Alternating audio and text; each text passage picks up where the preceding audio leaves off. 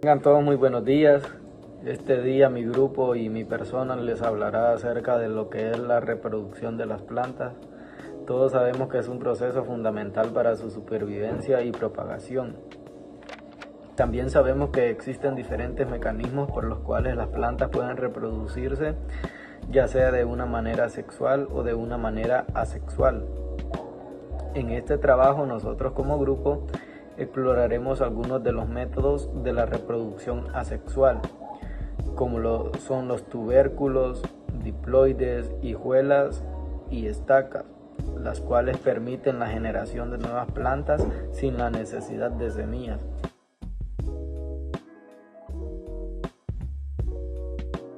Bueno, tengan todos muy buenos días. Hoy hablaré sobre los tubérculos. Eh, ¿Qué son los tubérculos? Bueno, son básicamente el tallo grueso que utiliza las plantas para almacenar agua, nutrientes, absorber energía, para sobrevivir en periodos de sequía. Entonces, una de las características más llamativas es que crecen bajo tierra. Entonces, hay tipos de tubérculo. ¿Cuáles son? Bueno, hay tubérculos de raíz y tubérculos de tallo. Bien, tubérculo de tallo son aquellas que se forman cerca de la superficie del suelo. Las raíces se desarrollan a partir de este tallo engruesado y, por ejemplo, las papas, el, el apio criollo, que es similar a la zanahoria. Algunas características de estos tubérculos de tallo es que contienen yemas de las que puede salir un brote y dar un nuevo tallo. Como por ejemplo, la papa cuando se corta en trozos y de cada trozo sale con una yema, de allí genera una nueva planta. Continuamos con tubérculo de raíz. Bueno, estos son raíces amplias que cumplen la misma función de almacenar nutrientes. En este tipo de plantas el tubérculo puede crecer tanto en el medio o al final de la raíz, como por ejemplo tenemos la yuca, remolacha, el camote, rábano, la zanahoria y la jícama. Algunas características de los tubérculos de la raíz es que este no tiene yema como el tubérculo del tallo. Esta se reproduce por semilla o por esqueje de la planta madre. Por ejemplo, tenemos una planta de yuca. Cortamos un trozo de su tallo, lo sembramos. De aquí, esta planta sale nueva. Entonces, con un trozo de tallo de yuca sale una nueva planta debido al esqueje. Entonces, el cultivo de estos tubérculos es más óptimo en suelos arenosos. ¿Por qué? Este tipo de suelos se mantiene suelto, con un buen drenaje, una buena humedad, lo que favorece un mejor desarrollo de la raíz y un mejor engrosamiento de los tubérculos. Muchas gracias. Esta ha sido mi participación. Continuará mi compañero.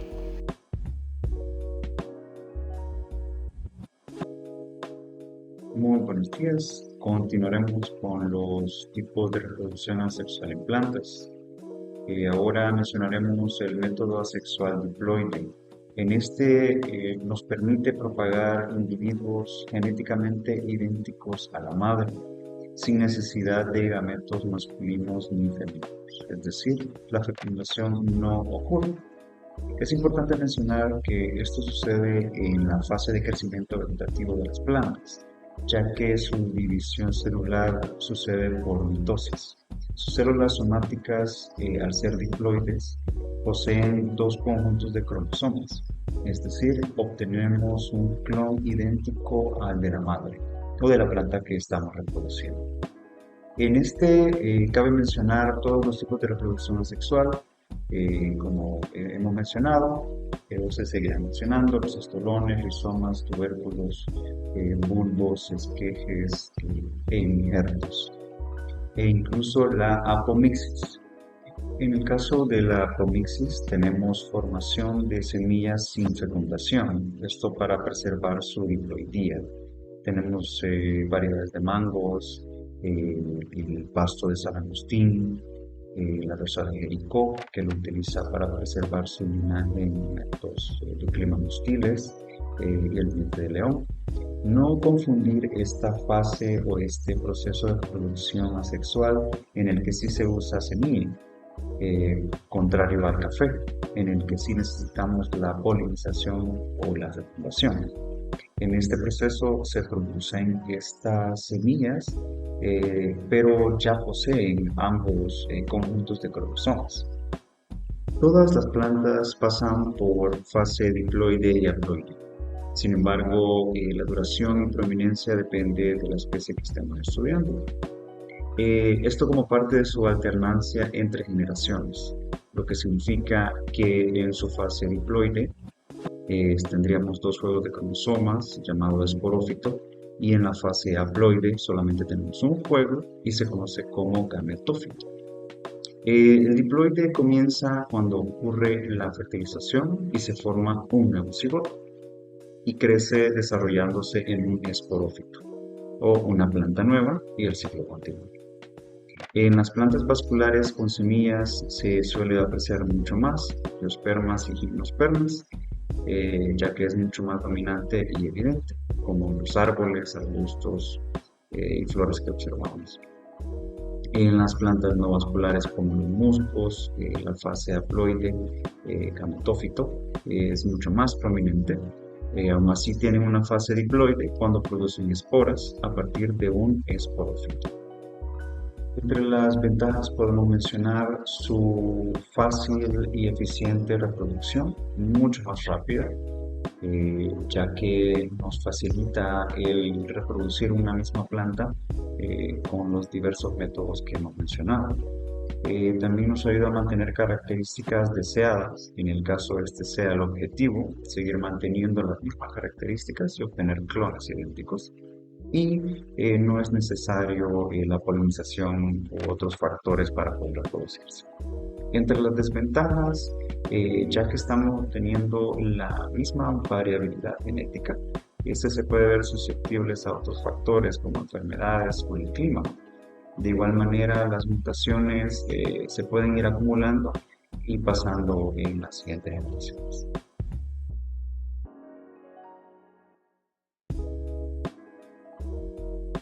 Buen día, compañeros. Les hablaré un poco sobre los hijuelos o la propagación por hijuelos. El hijuelo es un brote lateral formado en la base del tallo principal de ciertas plantas.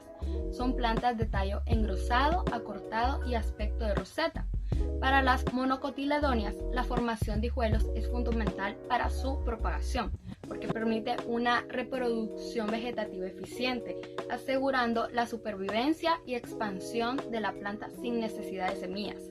Esto es especialmente importante en especies como los pastos, el maíz, el banano y la caña de azúcar. El método para su reproducción es de planta madre. Se toma los brotes más vigorosos con presencia de raíces, los separamos y trasplantamos en una maceta o área aparte con sustrato, que tenga buen drenaje y protegido de la luz directa del sol. La óptima propagación de los hijuelos conlleva la elección de la planta madre, el arranque de hijuelos, selección y clasificación de hijuelos y también la desinfección y trasplante de los mismos. El ejemplo de plantas que se pueden reproducir a partir de hijuelos es las bromelias, el cactus, la sábila y la piña. Las ventajas de esta propagación es que acelera el ciclo productivo. Los hijuelos son los clones de la planta madre y por ende conservan el material genético, porque un clon es un organismo que deriva de otro a través de un proceso de reproducción asexual, por lo que sus características hereditarias serán idénticas al organismo madre. Se conservan genotipos superiores que determinan características genéticas como resistencia a plagas y enfermedades, tolerancia a condiciones climáticas extremas. Su desventaja principal es que al ser un clon de la planta madre, los virus y enfermedades también pueden transmitirse.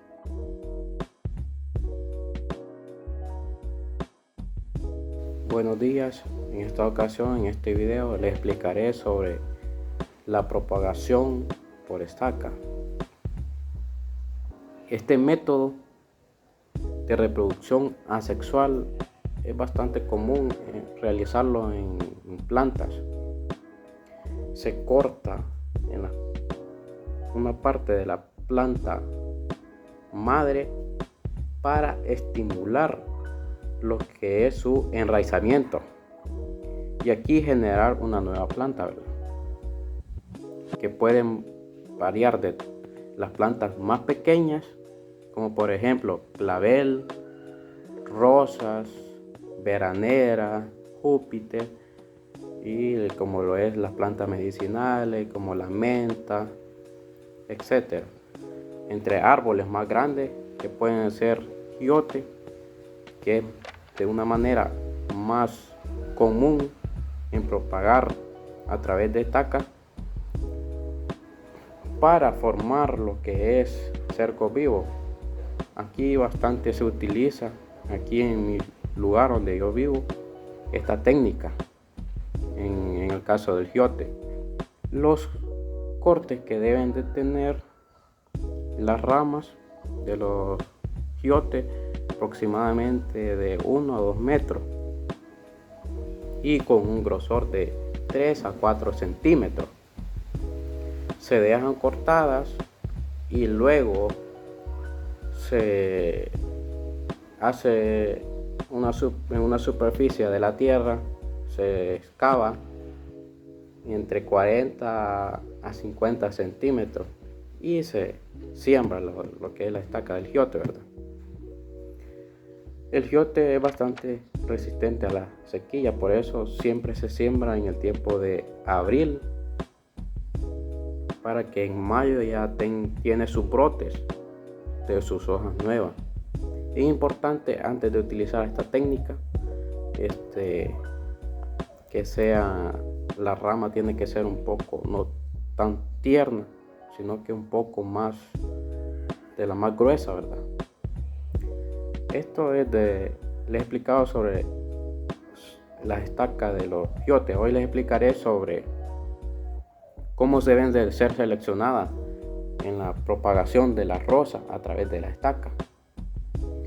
Deben de cortarse aproximadamente de 15 a 30 centímetros. No tiene que estar muy tierna la estaca, como por ejemplo esta, miren. Esta no me va a servir porque está muy tierna, entonces su enraizamiento no va a ser, pues se me va a arruinar. Cuando la agregue, la ponga en una bolsa con sustrato, no me va a enraizar. Deben de ser aproximadamente de este tamaño, de este grosor, en donde voy a utilizar esto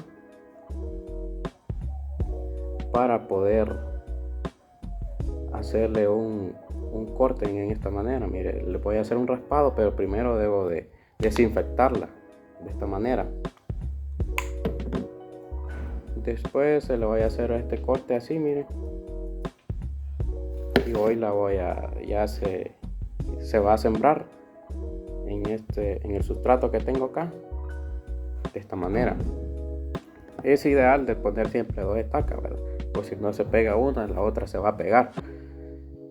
Se va a dejar en la luz indirecta del sol, y ahí siempre es importante humedecer el sustrato para que su enraizamiento sea bastante adecuado, y se dejará entre 4 a 8 semanas, se les va a enraizar. Esta ha sido mi explicación sobre esta técnica de propagación a través de estaca. Muchas gracias.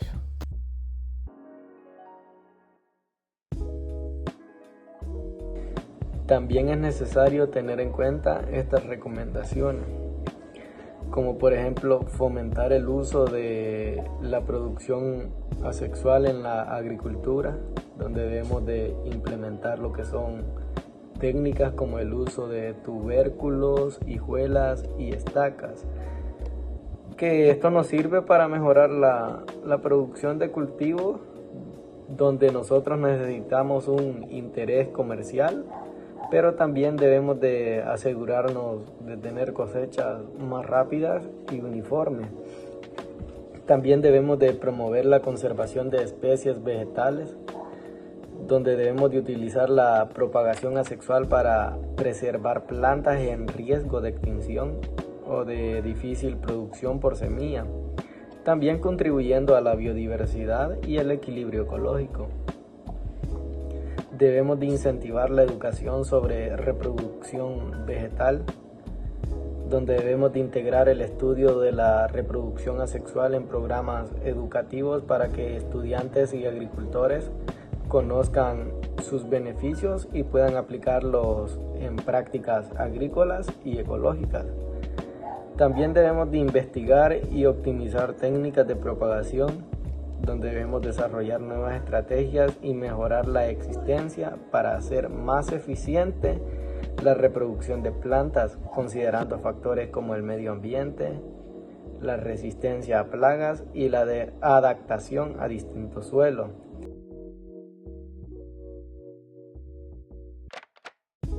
Como grupo llegamos a la conclusión que la reproducción asexual en las plantas es un mecanismo eficiente que les permite multiplicarse sin depender de la polinización o semillas. Métodos como los tubérculos, hijuelas y estacas han demostrado ser esenciales tanto en la naturaleza como en la agricultura, facilitando la propagación de especies de interés comercial y ornamental. También aprendimos a comprender estos procesos que nos ayudan a mejorar las técnicas de cultivo y conservación de diversas especies vegetales.